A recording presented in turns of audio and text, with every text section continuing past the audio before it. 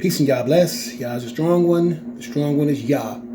He's the tree of life. He's the fountain of living waters. He's the spirit and creator of all things that live and breathe. On this particular discourse, I'm going to just do basic discourse about the Holy Land, okay? And a little more about the Exodus that I kind of talked about on the last video. And like I told you guys, it's very important that you all tune into these videos that I'm making. Okay, because this information that you're getting is very important should you want to leave the, I will call, for black people, the diaspora, okay, and do what they call the Aliyah, traveling back, to the Holy Land, okay? So very important that you guys tune in and listen. I don't get on here just for my health, okay? All right, that being said, when we get back to the Holy Land, as I said, more than likely this thing will be done in waves, okay? Now, the reason why it's going to be done in waves is because the land is going to have to absorb, some thousands, 10,000, 100,000, maybe even up to 1 million people. I'm talking about new visitors, new residents coming to the land. And there has to be enough infrastructure either already there or built to accommodate that many people, because it ain't gonna be just black Americans. As we read in Isaiah 14, even the Gentile and the stranger and the other Hebrew factions, right? Okay? They're going to cleave to us, okay? All right? Or like it says in Zechariah, they're going to catch hold of the skirt of he or she, right, who is a Hebrew. And they're going to say, let us go with you, because we have heard the Yah, I'm talking about the true God, right, the God of Israel, the YHWH is with you. So they're going to say, please let us go with you so we can go to his name and serve him in the Holy Land. Okay? And everybody on this earth, for all those who remain alive, you are going to experience the Holy Land in the future in one way or another. You're going to experience it because you're still going to have to come and visit the third temple. I'm talking about every soul on this earth when that temple is complete. Someday you will have to make the pilgrimage to the Holy Land to see the magnificent third temple unto Yah, YHWH. All right? All right. So now let's talk. So this is like a West Bank settlement right here in front of you. And as you can see, it looks pretty modern and pretty new. When we get back to the land, whenever we partition it, there's going to be no more thing called the West Bank or any of that stuff. It's going to be, we're going to divide the land from east to west, partitioned from east to west, as I've showed you guys many times on these different maps that all you've seen. Okay? And everybody will have a lot, you know what I mean? Or they'll have their, there may be an apartment building, there may be in some high rises, there may be in, big house. Because some people, they got a lot of coins in their purse. So, they may come over to the land and want to, buy some property from, people who are already there, right? Okay? Or who already own different things that are already there. As I told you, they're not that much of the status quo is going to change that fast when we get there. Okay, I don't think it's just going to be everybody come over and it's a free-for-all. I mean, that's not business. These are business moves, okay? Make no mistake about it. All right? So, when we get there, and for some people, we're going to have to just build for you or help you build. I would say similar to, Habitat for Humanity, what they do, okay? How they build houses for people and things like that. I mean, some of that may have to be done. Because, like I said, the land's got to absorb a lot of people. And for the Jewish, my brothers, my sisters, my cousins, right? Yeah, that's right. You my cousins, that's right. Brothers, sisters, etc., right? For my Jewish Americans and the Jewish in the land too. They my brothers, sisters, and cousins too. But anyway, all right. For the Jewish American, this is the opportunity of a lifetime, whenever we get there, to basically redo this whole thing in what they call the state of Israel today. Okay, because when Walter Rothschild did that and drew that whole thing up, they didn't really read the book to see what had to be done. Yah left that up to us to show the peoples how the land is supposed to be partitioned and what's supposed to happen in the land. And it was for this time period. It wasn't really, I guess, supposed to be really known or, thought about up until this particular point. Okay? Because everything happens for a reason. Okay? But when we get there, okay, it's very important that we partition the land correctly and we begin looking at the landscape to see where we can, put infrastructure to absorb the amount of people. Because there will be a lot of American Jews that I'm quite sure have wanted to make the Aliyah for a long time. They just haven't done it, for one reason or another. Or maybe they didn't qualify or have the qualifications, that at this particular time, the status quo that the Israeli government has, in place in order for you to go over there and become a citizen, because the process takes a long time. Okay? So that may be why a lot of people haven't made the Aliyah. All right? But when we get there, what did Yah say in Ezekiel? He said, it doesn't matter who they are, as long as they come in to serve my name. They're coming over there for that reason only. You know what I mean? Okay? Then they can come to the land, and we give them a lot in the tribal areas, okay? Not in the Holy Oblation. I've showed you guys that before, okay? Nothing inside the Holy Oblation or the Princess lands, but all the 12 tribes, anywhere in there people can lodge, okay? And it's going to be built, similar to this. Now, I'm going to talk about building for a minute. I'm going to switch subjects, okay? Now, when it comes to building in the land, we have to build according to the code from the Torah dealing with the woman's menstrual cycle, okay? Because when the woman's on her menses, okay, her menstrual cycle, she can't be around her husband. She can't sleep in the same bed with him like y'all do today in America, right? She can't sit on the same couch where he's sitting. She can't use the kitchen. She can't do a lot of things because when she's on her menses, she's in an unclean state. So everything she goes through, she walking all through the house, touching everything she just touched becomes unclean to anybody else who comes after her and touches that same object, okay? So she can't come sit in the, in the front room on a chair, on the same chair that her husband's sitting on. She has to just have like a chair assigned, that she sits on during that time, okay? All right, so she's kind of quarantined, she's kind of catered to. Because at that particular time, if the husband wants to cook for her, then he has to cook and prepare meals for her, or her sister wives have to cook for her, or the husband and the sister wives cook for her. All right. So a little bit of, culture shock, a little bit different things going on in the Holy Land as far as how we build. But whatever we build, it has to be able to have a basic accommodation for a woman, right? If he has one wife, or the amount of wives that he has, it has to be a unit big enough where they basically, if it's two wives, then those wives have to have separate bathrooms from each other and from the male himself, because he can't go in and sit down and use, the bathroom after one of those women if they've been on, their menstrual cycle. Okay? And sometimes, women, their menstrual cycles, when they get by each other, like in the same area, okay, I've had women tell me that their menstrual cycles are lock on to each other. So both of them are like on their menstrual cycle at the same time. You know what I mean? So that's not good. But anyway, it does happen, all right?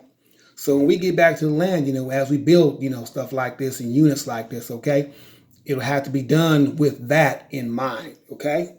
As far as the cleanliness of the woman, dealing with her menstrual, okay? You can't just, get a one bed, let's say it's two people. You can't get a 1-bedroom apartment and have one bathroom,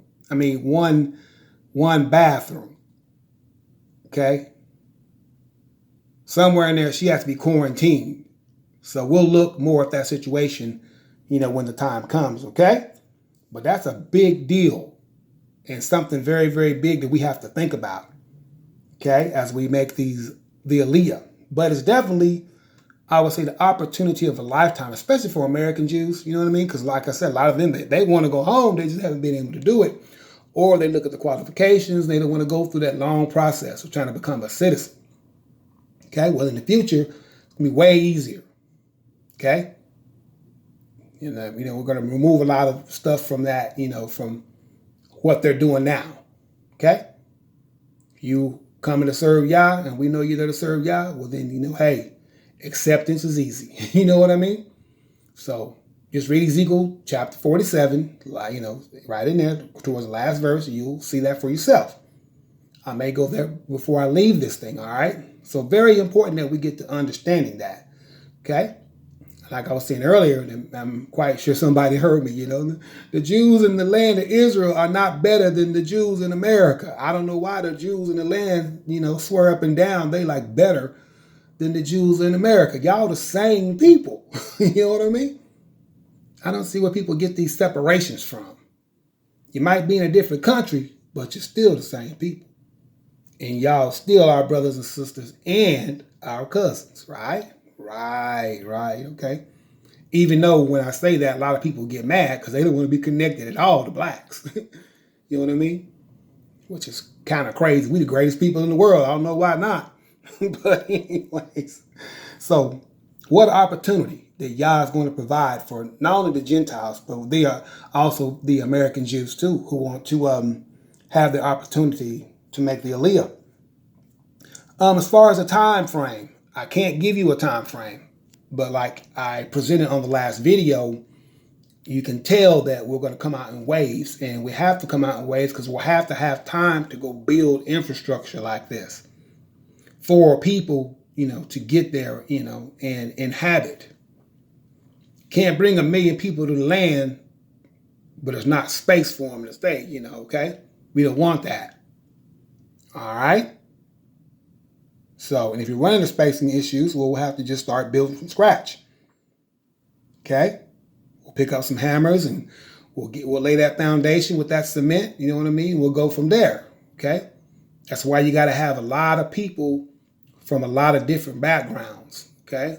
Construction and production and, man, just about anything you can think of. Okay?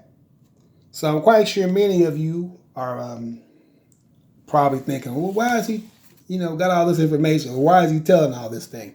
Because it doesn't have to be a secret, okay? Because the Most High tells us that naturally Esau in the land, Zionists who think they're better than everybody, right? Including the American Jews, right? You know what I'm saying? They, it's going to be a vexation for them to understand this report. And it's been a vexation to them from, I'm going to say, probably way back to 2008. When YOR first started putting this information out for people to actually really hear and know about. Okay? So let's go to Isaiah chapter 28. It tells you that, okay? Because it talks about these scornful people. I've told you, I read it to you guys before here at 14. These scornful men, they call the Zionists, right? That rule over the Palestinians, right? Which is in Jerusalem, right here in verse 14. Well, when you get right here, okay, it says, from the time that goeth forth, it shall take you. It's talking about what's going to happen, okay? Sometime in here, I don't know when, okay? All right? For morning by morning, it shall pass over. By day and by night, right? And it shall be a vexation only to understand the report. Well, what report? Hearing about all this stuff. You know what I mean? They're like, oh, man, we don't want to hear all that. Because they think the land belongs totally to them. And I can tell you guys something about the Holy Land that's in this book of remembrance, and I'll bring it out in one video. The Holy Land does not belong to any one single person. every person that's there can only sojourn in the land. And when you die, you pass it on to your, to your heirs after you. You can pass that lot on, or that property. But nobody actually can own the Holy Land. Not even Prince David. Okay? I can't own the Holy Land. Yah can give you land assigned to you, but you can't own it. Because why? Because you got to die. Everybody has to die one day, right? And what you do is you pass it on to your heir. Okay? Hopefully your son, if you have sons. That's the key. All right? But that's how it goes in the Holy Land. You can't go over and just own things. It doesn't work like that. Now, that comes from the lips of God himself. Reading, go look it up. Go look it up. Go research. Okay? But yeah, it's a vexation for them to hear that report. And it's been a vexation for a long time. I would say back since YOR put it out back in 2008, 2012, right? All right? That's how long this thing's been heard. It's been heard for a long time. Most of you people have been following this thing for about that long, so you know. All right? But we have to take root back into the Holy Land, and maybe right in front of Esau, right in front of the Zionists, okay?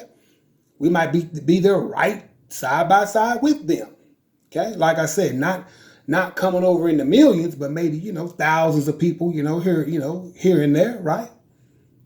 Okay? Because could this thing go all the way, to 2022? It could take that long to get done with the process of people.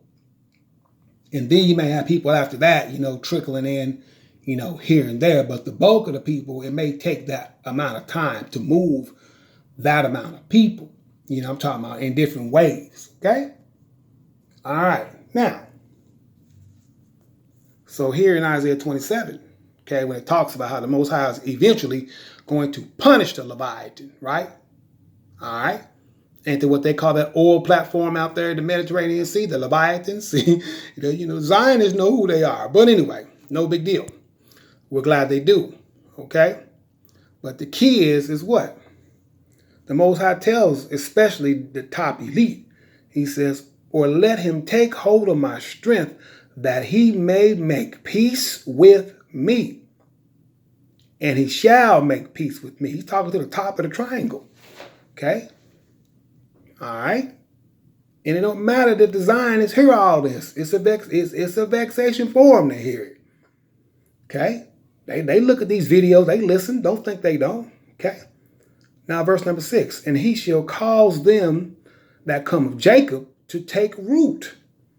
Okay? To take root. Israel shall blossom and bud and fill the face of the world with fruit. Okay? Simple as that. The top elite gonna cause us to take root.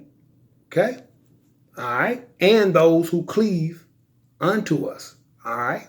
Gonna cause us to take root back in this land of Israel. Today they call it the state of Israel. One day it won't be called that anymore.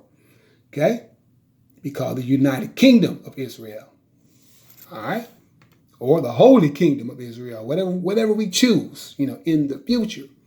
Okay? But as far as infrastructure and things like that are concerned, we have to get those bulldozers going when we get there. All right? Get all that heavy equipment going when we get there. All right? Because it may take about, a couple of years to build infrastructure like this in the Holy Land. Okay? To, accommodate the amount of people that we could absorb. All right? Like I said, it may start in the thousands or 100,000s, whatever the case is.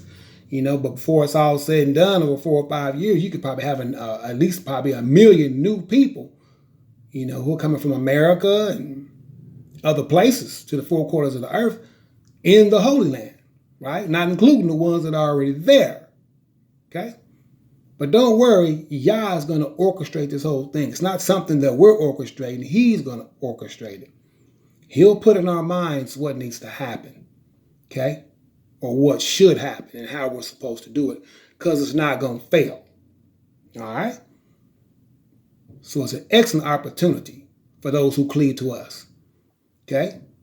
And like I said, an excellent opportunity for American Jews who've always wanted to go, and hey, lodge in the land, the Holy Land, be around God, right? Okay, it's an excellent opportunity. And it's probably the best way to make that happen, to facilitate that move for them to tag on with us, tag along with us. Yo, I'm tagging along with you, player.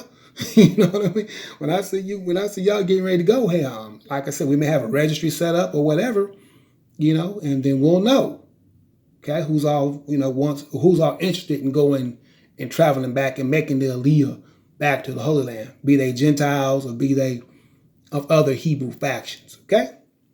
All right? Because, the Jews are Hebrews. They're our brothers, sisters, and cousins, okay?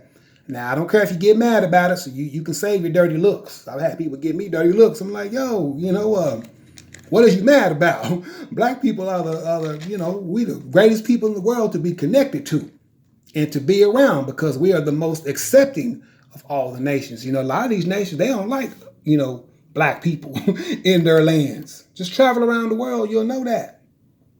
All right? All right, but we told y'all, it's definitely going to be a vexation for them to hear these things, because they like things the way they are, okay?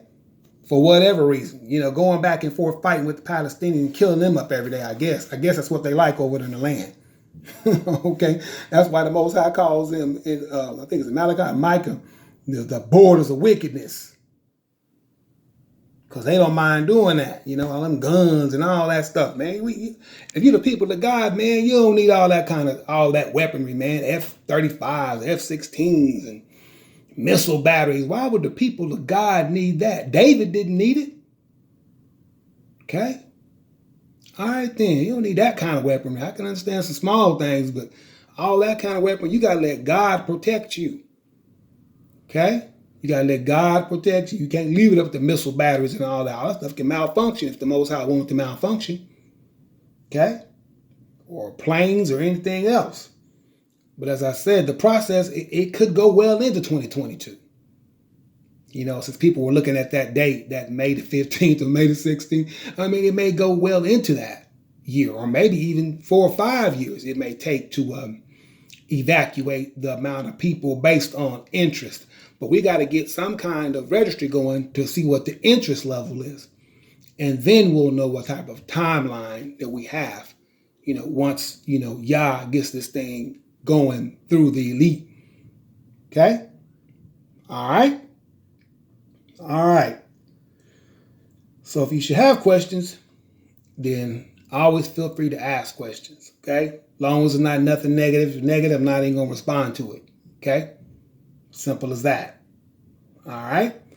But I do think about things and I try to think maybe a little bit ahead. That's what a leader's supposed to do. He's supposed to think ahead of the people. Okay? Because how we do this housing and infrastructure is very important. We got a brand new city to build. A brand new capital name, right? Jeremiah 33 verse 16. Yah, our righteousness. Okay, and be called Jerusalem no more. That's going to be a thing and a fixture of the past. Because look how bloody Jerusalem's been. From the times of King David all the way up, especially all the way up to today.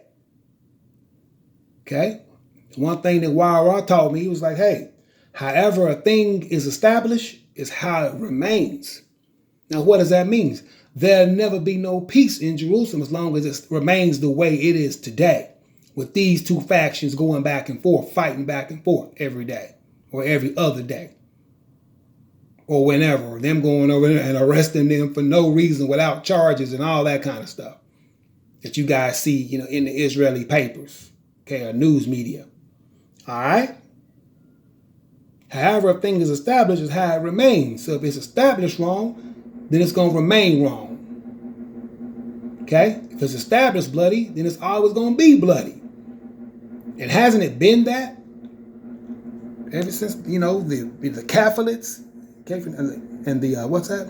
And the Mamluks, okay?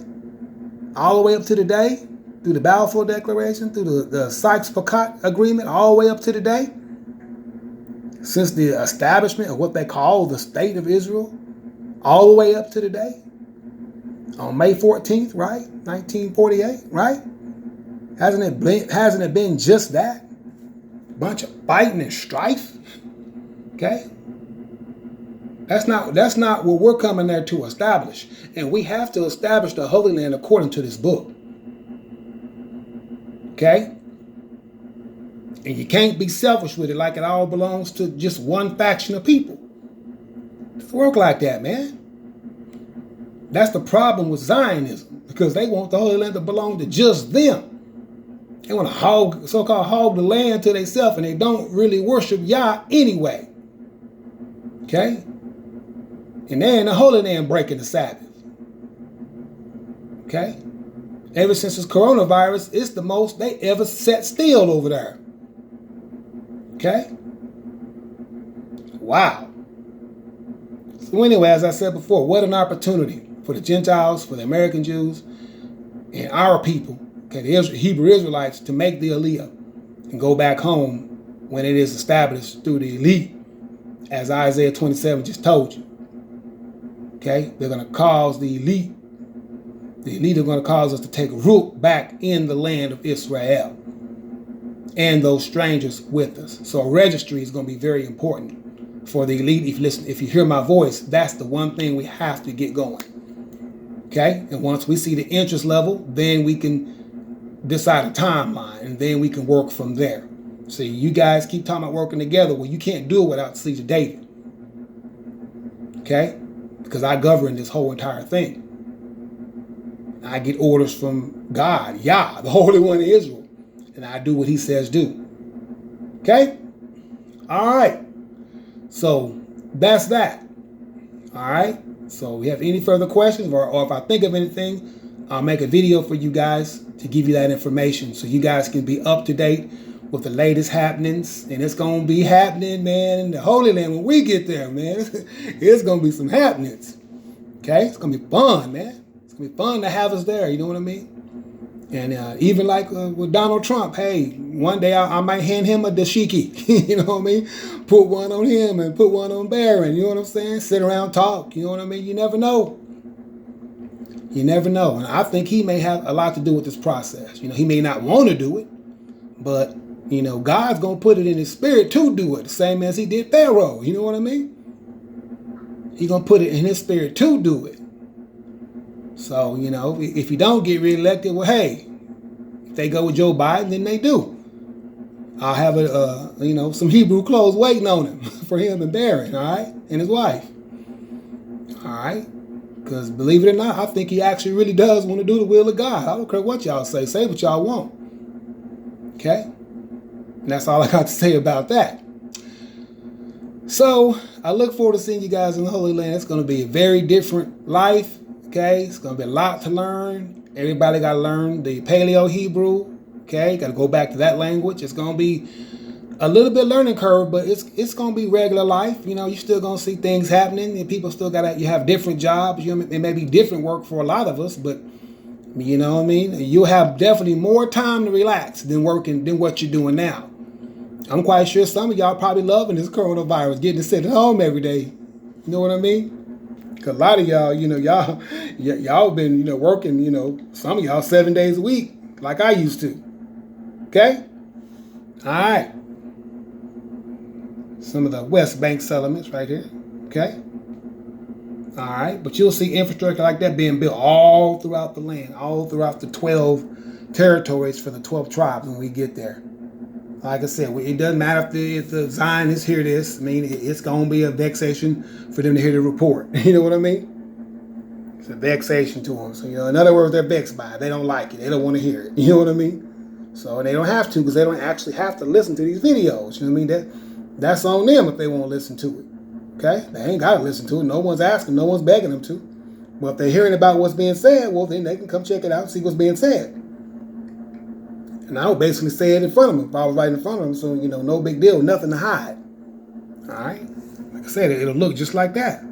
That's how the partition's supposed to look. And the heathen can lodge anywhere in here, okay, in the Gentiles, but not in here. You may not come nowhere near right here. The reserve set apart. That's for the temple and the city. Okay, the prince's land. You can't lodge there. But any of these other ones, you lodge in. And we're going to have housing like that all over this thing. Okay? And it's a heck of a lot better program than what they're doing today. I guarantee you that. That's the only way to achieve peace in the Holy Land. Otherwise, you're not ever going to achieve any peace. Because however, if it's established bloody, that's how it's always going to be. Okay? All right? Thank you guys for listening. Peace, and y'all bless.